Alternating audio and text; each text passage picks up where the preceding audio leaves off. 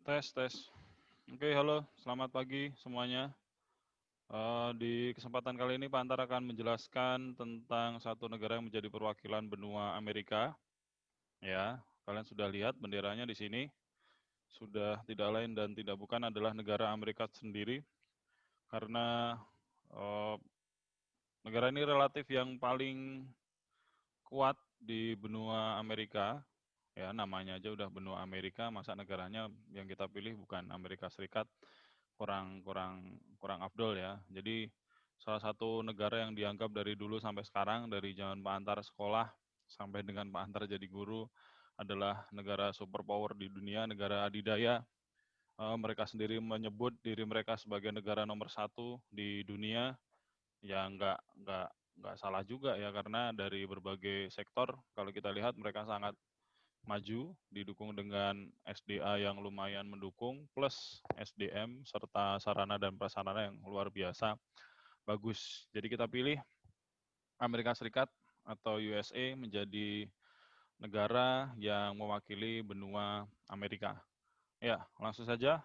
Jadi Amerika Serikat ini secara astronomis terletak di 24 derajat lintang utara sampai dengan 70 derajat lintang utara, lintang utara, lintang selatan ya. Dan antara 172 bujur timur sampai dengan 66 derajat bujur barat. Itu letak astronomisnya. Oke, Pantar ulangi ya, 24 derajat lintang utara sampai dengan 70 derajat lintang utara, benar, sorry. Dan antara 172 derajat bujur timur sampai dengan 66 derajat bujur barat. Kemudian untuk batas-batasnya, di utara dia berbatasan langsung dengan Kanada, kemudian di sebelah barat itu ada Samudra Pasifik, sebelah timur ada Samudra Atlantik, di bagian selatan dia berbatasan langsung dengan negara Meksiko, kemudian ada juga Teluk Meksiko, kemudian di dekat situ juga ada negara Kuba. Kemudian untuk iklimnya, secara umum Amerika Serikat nih kalau dia ada di belahan bumi bagian utara, secara astronomis, secara letak lintangnya, dia punya 4 musim. Jadi sama seperti negara Jepang yang sudah kita bahas di pertemuan sebelumnya, dia punya musim semi, gugur, panas, dan dingin.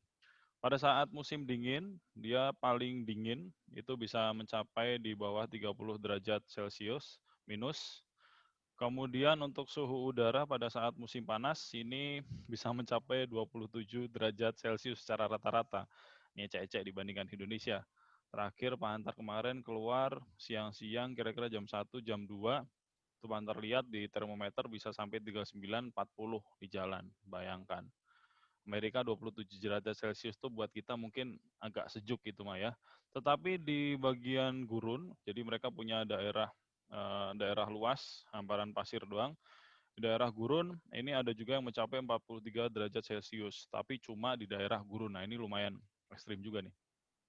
Curah hujannya bervariasi ya, yang paling tinggi curah hujannya itu adalah Amerika Serikat di bagian barat. Jadi di bagian sebelah kiri. Kemudian untuk bentuk muka bumi, ini di layar kalian melihat ada peta topografinya mereka. Jadi daerah yang berwarna semakin tidak hijau, itu berarti dia dataran tinggi. Di sebelah barat, sebelah kiri, ini didominasi sama pegunungan Rocky, ada Rocky Mountain di situ, yang kalau di puncaknya itu kalau kalian lihat gambarnya di Google videonya, itu ada hamparan es, apalagi kalau pas musim dingin ya. Kemudian di sebelah kanan ada pegunungan Appalachian. Benar nggak Bantar ngomongnya nih ya? Di sebelah timur, ya. Jadi masing-masing di barat sama timur itu ada pegunungan yang relatif panjang. Jadi kumpulan gunung-gunung. Sedangkan di daerah tengah Amerika Serikat nih ada yang namanya Great Plains atau dataran luas, hamparan dataran luas yang ada di tengah. Itu kenapa ini disebut daerah peralihan, dan di situ juga ada sungai ya, sungai besar dan sangat sangat panjang di situ. Jadi sungainya kalau kita lihat ini membujur dari utara sampai selatan Amerika Serikat, ada sungai Mississippi. Ini kalian bisa lihat gambarnya ya, itu yang berwarna merah itu adalah sungai Mississippi, sungai terbesar di Amerika Serikat. Kemudian di Amerika Serikat, terutama di perbatasan Amerika Serikat dengan Kanada, ini ada danau-danau besar, ini adalah gambaran satelitnya, danau-danau besar, ya ada danau Superior, ada danau Michigan. Di situ ini bahkan kalau dilihat dari satelit saja ukurannya juga masih relatif besar. Nah, ini ada di perbatasan antara Amerika Serikat dengan Kanada. Untuk keadaan geologinya, Amerika Serikat ini adalah negara yang lumayan kaya akan sumber daya geologi. Sumber dayanya diantaranya ada batu bara, minyak bumi, kemudian tembaga, timah, dan besi. Kekayaan batu baranya bahkan mencapai 1/5 dari yang ada di dunia. Jadi 1/5 batu bara yang ada di dunia itu ada di daerah Amerika Serikat. Beberapa bahan tambang yang dihasilkan Amerika Serikat ada macam-macam, ada uranium, bauksit, emas, perak, hampir semuanya ada. Kemudian Amerika Serikat juga punya dataran yang sangat luas dan relatif subur. Ini ditanami tanaman yang akan menghasilkan bahan makanan yang mereka makan sehari-hari. Jadi kalau kita kan kebanyakan sawah ditanami padi, jadi makanan pokok di sana ditanami tanaman sereal terutama jagung, kemudian beberapa daerah juga dijadiin farm peternakan, ya.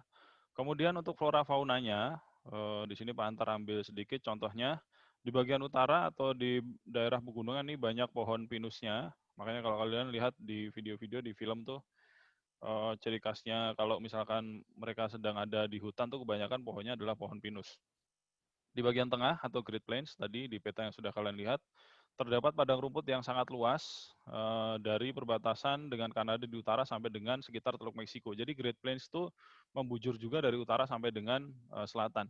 Banyak hal di Amerika Serikat yang secara geografis dia ada dari utara sampai selatan karena secara sejarah di sini benua Amerika sendiri itu dulu kan mereka jadi satu daratan, jadi geraknya bareng-bareng.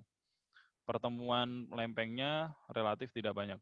Padang rumput berbatasan dengan gurun di bagian barat, kemudian di bagian tenggara ada hutan yang menggugurkan daunnya di setiap tahun. Kemudian ada juga pohon maple, elm, dan oak. Kemudian pohon-pohon konifer yang tinggi dan gede-gede, ini ada juga di pegunungan bagian California. Kemudian untuk faunanya yang hidup di Amerika Serikat, diantaranya yang kalian lihat di gambar nih, ada dari sebelah kiri, ABCD, bison, antelope, armadillo, sama opossum.